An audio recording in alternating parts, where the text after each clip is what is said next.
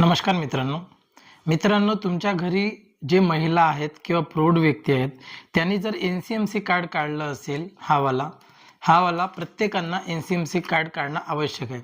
आता कोणत्या व्यक्तीला काढणे आवश्यक आहे समजून घ्या। जे महिला आहेत, महिला सर्वच महिला आणि जे 65 वर्षाच्या वरील पुरुष आहेत त्या सर्वांनाच हा NCMC कार्ड काढणं आवश्यक आहे। आता हा NCMC कार्ड कशासाठी काढणे आवश्यक आहे? कारण महिलांना महाराष्ट्र राज्यामध्ये 50% सूट मिळतो बसवर जाण्यासाठी। बसवर जर त्यांचं 100 रुपये तिकीट असेल तर त्यांना 50 रुपये तिकीटवर जाता येतो। म्हणजेच महाराष्ट्र शासनाने प्रत्येक महिलांना 50% सवलत म्हणजे अर्धे तिकीट योजना लागू केलेली आहे। त्याच्यासाठी त्यांना जर अर्ध तिकीट जर पाहिजे असेल तर प्रत्येक महिलांना हा NCMC कार्ड काढणे आवश्यक आहे। सरकारने कंपल्सरी केलेलं आहे आणि याची अंतिम डेट 1 सप्टेंबर आहे। म्हणजे 1 सप्टेंबर पासून प्रत्येक बसवर हा कार्ड असणे आवश्यक आहे। आता हा कार्ड जर नसला तुमच्याकडे तर तुम्हाला पूर्ण पैसे म्हणजे पूर्ण तिकीट द्यावं लागेल। जर तुम्हाला 100 रुपये तिकीट असेल किंवा 50 रुपये तिकीट असेल तर पूर्ण तिकीट द्यावं लागेल आणि जर ज्यांच्याकडे कार्ड आहे त्यांना मात्र त्या सरकारी योजनेचा फायदा मिळेल। आता कोणाकोणाला महिलांना अर्ध तिकीट आहे, पुरुष जे असतात जे 65 ते 75 वर्षावरील जे पुरुष असतात त्यांना अर्ध तिकीट आहे आणि 75च्या वर जे पुरुष किंवा महिला असतील त्यांना पूर्णपणे मोफत आहे। अशा पद्धतीची ही स्कीम आहे महाराष्ट्र राज्यामध्ये। आता तुम्हाला जर ही स्कीम पाहिजे असल्यास हा कार्ड काढावं लागेल। जर ज्यांनी कोणी काढलं नसेल त्यांनी आताच काढून घ्या। जर गोंडपीर तालुक्यातील कोणी व्यक्ती असेल तर आम्ही त्यांचे NCMC कार्ड काढून देतो आणि जर गावामध्ये कॅम्प घ्यायचं असेल तर त्यांना सुद्धा गावामध्ये कॅम्प घेऊन काढून देतो। मात्र हा कार्ड काढल्यानंतर याचा उपयोग कशा पद्धतीने होतो? हा कार्ड काढल्यानंतर तुम्हाला याच्यामध्ये पैसे टाकावे लागतात। आता किती पैसे? महिलांना याच्यामध्ये खूप संभ्रम आहे की मोबाईलच्या रिचार्ज सारखं याच्यामध्ये पैसे टाकावे लागतो। तसं काही नाही आहे। तुम्हाला जसं तुम्ही 50 रुपये 100 रुपये 3000 पर्यंत तुम्ही या कार्डमध्ये पैसे टाकू शकता एका वेळेस। आणि पैसे टाकल्यानंतर समजा तुम्ही इथून तर कुठपर्यंत लांबवर चालले आणि जेवढी तिकीट आहे तेवढेच त्याचे अर्धे तिकीट याच्यात कापले जातील आणि बाकीचे पैसे जसे तसे राहतील। आता कुणाकुणाचा प्रश्न असा आहे की समजा मी जर 1 वर्ष गेलं नाही तर ते पैसे कटून जाणार किंवा 1 महिना गेलं नाही तर तो महिन्यासारखा रिचार्ज असतो आणि त्याच्यानंतर ते कटून जातात पैसे। तसं काही नसतो महिलांनो, तुम्ही समजून घ्या। जर तुम्ही कधी गाडीचा फास्टॅग जर बघितलं असेल, फास्टॅग मध्ये तुम्ही जशा पद्धतीचे पैसे काढून ठेवता, ज्याच्या घरी गाडी आहे 4 व्हीलर असेल किंवा ट्रान्सपोर्ट गाडी असेल त्याच्यामध्ये फास्टॅग मध्ये टाकून ठेवल्यानंतर जेव्हा ते टोल नाक्यावर जातो तेव्हाच पैसे कटले जातात। सेम याचं आहे, जेव्हा तुम्ही गाडीवर जाल तेव्हा त्याचे पैसे कटेल आणि बाकीचे पैसे जसे तसे राहतील। मात्र काही महिलांना असाही प्रश्न पडलेला होता आणि खूप महिलांना हा प्रश्न पडलेला आहे। खूप महिला मला विचारत होते आणि कमेंट सुद्धा करत होते की याचे मग पैसे कसे टाकायचे? जर आता हा लागू जर कार्ड झाला आणि जर आम्हाला कुठे जायचं आहे मग याचा आम्ही प्रत्येक वेळी त्या एजंटकडे जावं लागेल का पैसे टाकण्यासाठी? आणि मग आम्हाला UPI थ्रू टाकता येईल का? फोन पे, गुगल पे किंवा कशा पद्धतीने टाकता येईल? किंवा आमचे पैसे संपले कशावरून आम्ही पाहू शकतो? आमच्या अकाउंटमध्ये किती पैसे आहेत, किती शिल्लक आहेत, कधी टाकायचं? तर याची संपूर्ण माहिती आता आपण या व्हिडिओमध्ये बघणार। खूप महिलांचे मला कमेंट्स येत होते आणि विचारत होते कसं पाहायचं। खूप इझी प्रोसेस आहे आणि या व्हिडिओमध्ये A to Z प्रोसेस कशा पद्धतीने तुम्ही घर बसल्या तुमच्या मोबाईलवर तुम्ही या कार्डचे पैसे किती शिल्लक आहेत आणि तुम्ही स्वतः पैसे मारू शकता या बॅलन्समध्ये। या कार्डमध्ये 50 रुपये असेल, 100 रुपये असेल, किती जेवढे तुम्हाला मारायचं आहे। जेव्हा तुरंत तुम्हाला जर जायचं कुठे असेल, अर्जंट काम असेल आणि तुमच्या कार्डमध्ये पैसे नसेल तेव्हा सुद्धा तुमच्या मोबाईलवरून तुम्ही कार्डमध्ये पैसे मारू शकता। एवढंच नाही तर तुम्ही किती आतापर्यंत ट्रॅव्हल केले, किती तुमचे तिकीट निघाले, आतापर्यंत किती ट्रान्झॅक्शन झाले ते सुद्धा सर्व हिस्ट्री तुम्हाला पाहता येणार आहे। हे खूप इझी आहे आणि हे सोयीस्कर झालेलं आहे सर्व महिलांसाठी किंवा पुरुषांसाठी। तर तुम्ही आताच हा व्हिडिओ बघत असाल तर A to Z पूर्ण शेवटपर्यंत व्हिडिओ बघा, कारण तुम्हाला समजणं खूप महत्त्वाचं आहे।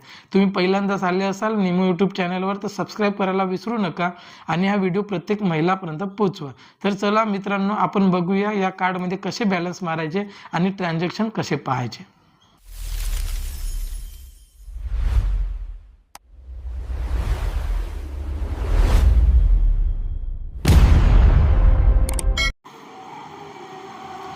मित्रांनो, ही आहे त्याची वेबसाईट, ज्याच्यावरून तुम्ही पाहू शकता पूर्ण ट्रान्झॅक्शन.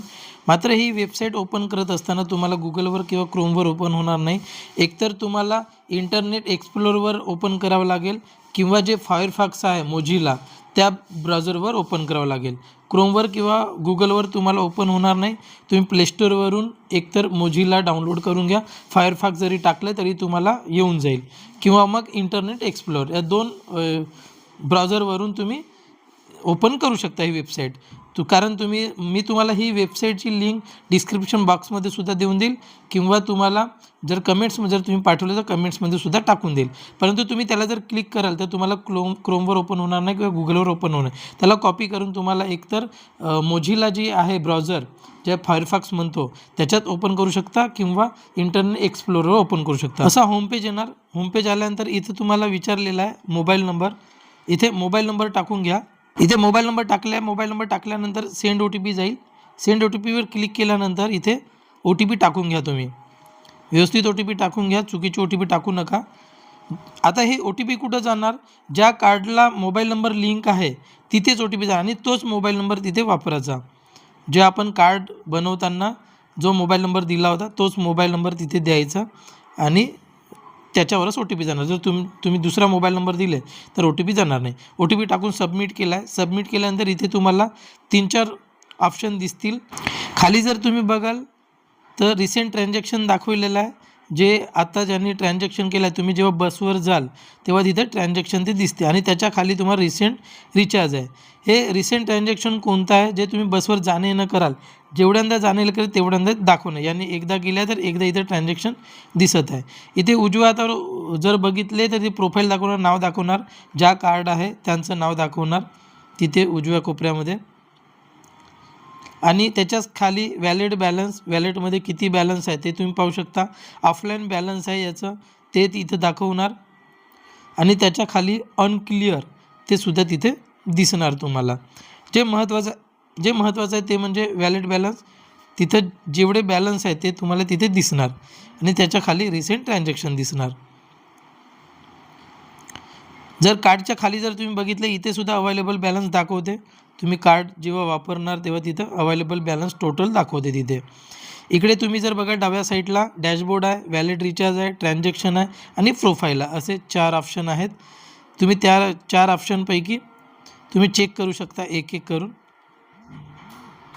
रिसेंट ट्रान्झॅक्शनमध्ये पाहू शकता अमाऊंट किती कटलेले आहे ते दाखवणार आणि ट्रान्झॅक्शन कशासाठी झालं आहे ते दाखवणार, कोणत्या तारखेला गेले ते दाखवणार आणि स्टेटस दाखवणार त्याच्यामध्ये. आणि रिसेंट रिचार्ज म्हणजे जेव्हा तुम्ही रिचार्ज करणार तेव्हा तिथे रिचार्ज दाखवणार. रिसेंट रिचार्जमध्ये जेव्हा तुम्ही बॅलन्स मारणार ते जर समजा जमा झाले नाही जमा झाले तुम्हाला इथे समजणार. त्याच्यानंतर सेकंड ऑप्शन आहे वॅलेट रिचार्ज. वॅलेट रिचार्जमधून तुम्ही रिचार्ज करू शकता. किती अमाऊंटचं रिचार्ज करायचं आहे काय ते इथे दाखवणार. वॅलेट रिचार्ज सर्वात पहिले अवेलेबल बॅलन्स दाखवणार. त्याच्यानंतर KYC स्टेटस, तुमचं KYC झालं आहे की नाही ते दाखवणार आणि रिचार्ज लिमिट किती आहे तुमचं ते दाखवणार. मॅक्झिमम 3000 रिचार्ज लिमिट आहे. इथं तुम्हाला रिचार्ज अमाऊंट दिसेल, तिथं तुम्ही अमाऊंट टाकू शकता मॅन्युअली किंवा खाली क्विक अमाऊंट आहे त्याच्यावरही क्लिक करून तुम्ही करू शकता.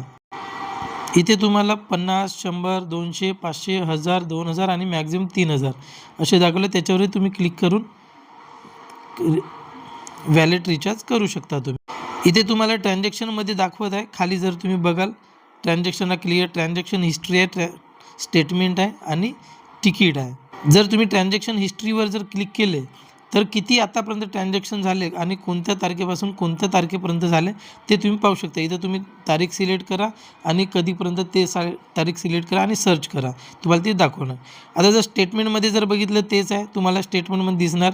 त्याच्यानंतर तिकीट, किती तुम्ही तिकीट काढून गेले आणि कुठंपर्यंत गेले ते तुम्हाला इथं तिकीटमध्ये दिसणार. त्याच्यानंतर खाली तुम्हाला प्रोफाईल दिसेल, त्याच्यावर माय प्रोफाईलमध्ये जर गेले तर तुमचं पूर्ण प्रोफाईल दाखवणार, फोटो दाखवणार, full name, date of birth, gender, address, state, pincode, KYC level काय आहे, कंजेक्शन कोड काय आहे, कंजेक्शन नेम काय आहे, तुमची स्कीम कोणती आहे आणि पास टाईप हे तुम्हाला इथे पूर्ण प्रोफाईलमध्ये दाखवणार. तुम्ही पाहू शकता तुमचे कोणती स्कीम आहे काय आहे ते पूर्ण इथे तुम्हाला डिटेल्समध्ये दिसणार. ही खूप चांगली वेबसाईट आहे. तुम्ही स्वतः तुमच्या मोबाईलवरून चेक करू शकता. इथे तुम्हाला दिसणार. आता आपण पाहूया वॅलेट रिचार्ज कशा पद्धतीनं करता येईल. तुम्हाला जो रिचार्ज करायचा आहे तो तुम्हाला करायचा राहते. वेळेवर तुम्हाला जर आवश्यकता पडली कधी प्रोसीड टू पेवर क्लिक करा. इथे तुम्हाला दाखवेल रिचार्ज अमाऊंट 100 रुपये आहे आणि सर्व्हिस चार्ज आहे त्याचे 0.90 पैसे म्हणजे 9%वर. GST लागणार 18% 16 रुपये आणि नेट टॉपअप अमाऊंट राहणार 98.54. हे 100 रुपये मी एक्झाम्पलसाठी टाकलेलं आहे. तुम्हाला इथे करंट बॅलन्स आणि पोस्ट रिचार्ज बॅलन्स दाखवणार. त्याच्या खाली तुम्हाला दिसणार कन्फर्म अँड पे. त्याच्यावर तुम्ही क्लिक करा. कन्फर्मवर क्लिक केल्यानंतर तुम्हाला रिडायरेक्ट होईल. या 3 ऑप्शनपैकी क्रेडिट कार्ड आहे, डेबिट कार्ड आहे, UPI या 3 ऑप्शन कोणताही घेऊ शकता. मी जसं UPI घेतलं तुम्ही UPIमधून मारू शकता. आता तुमच्या मोबाईलमध्ये कोणता ॲप आहे त्याच्यावरूनही मारू शकता. जसं पेटीएम आहे, फोनपे आहे, गुगल पे आहे किंवा भीम आहे किंवा व्हॉट्सअप पेमेंट आहे त्याच्यावरून करू शकता. किंवा तुम्हाला वाटलं की QR कोडवरून पेमेंट करायचं आहे तर पे बाय QRवर क्लिक करूनही तुम्ही डायरेक्ट QR कोड स्कॅन करून पेमेंट करू शकता. जसं मी एक्झाम्पलसाठी टाकलं आहे पे बाय QR कोड आणि पे खाली जो ऑप्शन दिला आहे त्याच्यावर क्लिक करा. QR कोड आला आहे. डायरेक्ट तुम्ही तुमच्याकडे फोनपे आहे किंवा गुगल पे आहे त्याच्यावरून QR कोड घेऊन तुम्ही मारू शकता. किंवा तिथे UPIसुद्धा दिला आहे त्याच्यावरही क्लिक करून डायरेक्ट तुम्ही फोनपे गुगल पे जे काय आहे त्याच्यावरून डायरेक्टही तुम्ही मारू शकता. अशा पद्धतीचं तुम्ही पेमेंट करू शकता. पेमेंट केल्यानंतर तुम्हाला तिथे ट्रान्झॅक्शनमध्ये सुद्धा दाखवते सक्सेस झाला आहे की कॅन्सल झाला आहे. जर पेमेंट सक्सेस झाला तर सक्सेस येईल. जर पेमेंट मारलं नाही त्याच्यामुळे तिथं तसं लिहून आलं आहे. ठीक आहे. तुम्ही अशा पद्धतीचं चेक करू शकता. इथे तुम्हाला बघू शकता ट्रान्झॅक्शनमध्ये दाखवणार कोणत्या तारखेला किती पेमेंट केलं आहे. इथं अमाऊंट रेडमध्ये आहे 100 रुपये जे मी करून बघितलं होतं. इथे तारीख पण दिसत आहे, ट्रान्झॅक्शन ID सुद्धा दिसत आहे आणि रेडमध्ये आहे म्हणजे सक्सेस झालेलं नाही आहे. ते जर ग्रीनमध्ये असता तर सक्सेस झालेला असता. अशा पद्धतीनं तुम्ही आपला रिचार्ज करू शकता किंवा तुमचे ट्रान्झॅक्शन पाहू शकता. खूप चांगली वेबसाईट आहे. फक्त तुम्हाला हे क्रोमवर किंवा गुगलवर ओपन होणार नाही. मोझिला ब्राउझर जो फायरफॉक्स आहे तो किंवा इंटरनेट एक्सप्लोरर ही वेबसाईट तुम्हाला वापरावं लागेल. अशा पद्धतीचा हा महत्त्वाचा व्हिडिओ होता. खूप महत्त्वाचा व्हिडिओ आहे आणि तुम्ही हा व्हिडिओ प्रत्येक महिलांपर्यंत शेअर करा आणि आवडला तर लाईक करा आणि सबस्क्राईब करायला विसरू नका. कारण नवीन नवीन माहिती आपण टाकत असतो. महिलांसाठी खूप कन्फ्युजन होतं की आपण रिचार्ज कसं करायचं, कुठून करायचं. तर ही महत्त्वाची अपडेट होती. धन्यवाद.